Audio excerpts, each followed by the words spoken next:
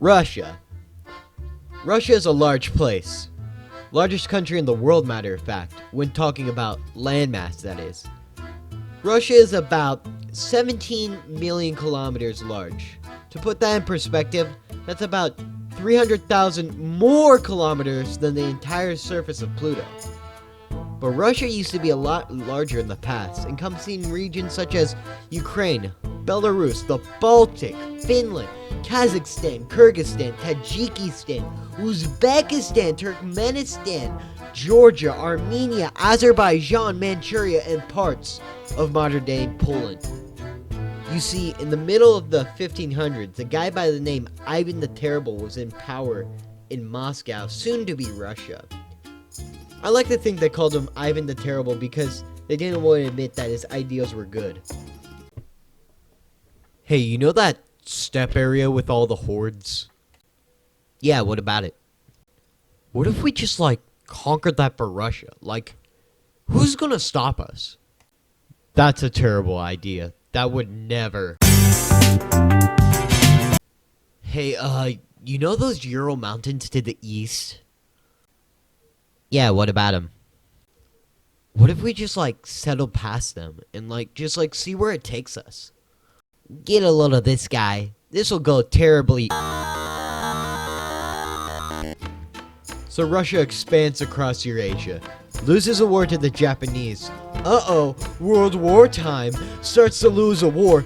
2 revolutions later, Tsar is dead, and Russia is now communist. I'd say that everyone in Russia was pretty much down at first with this whole communist thing because Russia was a multinational nation with such cultures as the Slavs, Turks, Kazakhs, Tartars, Georgians, Armenians, Finns, and many others. And they're like, so everyone's going to be treated equal now. Yeah, equally oppressed. Russia then helps China to become communist, and they're like, so you're going to do communism our way, right? And they're like, yeah, about that. I'm gonna have to pass. So that caused the Sino-Soviet split, and China wants this last bit of Manchuria that Russia holds. And there starts to be border conflicts and border wars. Russia holds onto it for once, and Chinese relations have been soured ever since. Come modern day, Soviet Union is no more, fragmented into different states, and now there are ethnic Russians in these new states. So, Russia can potentially have a claim on these regions and lobby for support from the international community.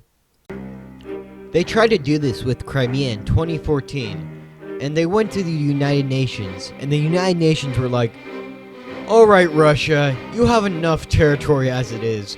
We think Crimea should stay in Ukrainian hands. Oh. Well, you see, I already kind of annexed it. You what? So Russia just kind of took Crimea. And Ukraine was like, that's not very cash money of you. But Russia doesn't only have problems with the international community now. It also has problems with itself. Its government is federal in form, but unitary in function. AKA Putin is running the show. And I don't know about you, but having only one guy in charge of the show is both kind of a centrifugal and centripetal force, because you either love him or hate him. Also, the ethnic conflicts between the different cultures listed before can really disunite a nation such as Russia. Plus, the large distance to get someone from St. Petersburg to meet a friend in Vladivostok could really show the cracks in Russia's unity. Now, I could go on and on about Russia, maybe determine whether Kaliningrad is an exclave or an enclave. By the way, it's an exclave. But all you really need to know is that Russia is a large, diverse place with a rich and complex history that has gotten it to the place where it is now. A geographic dumpster fire.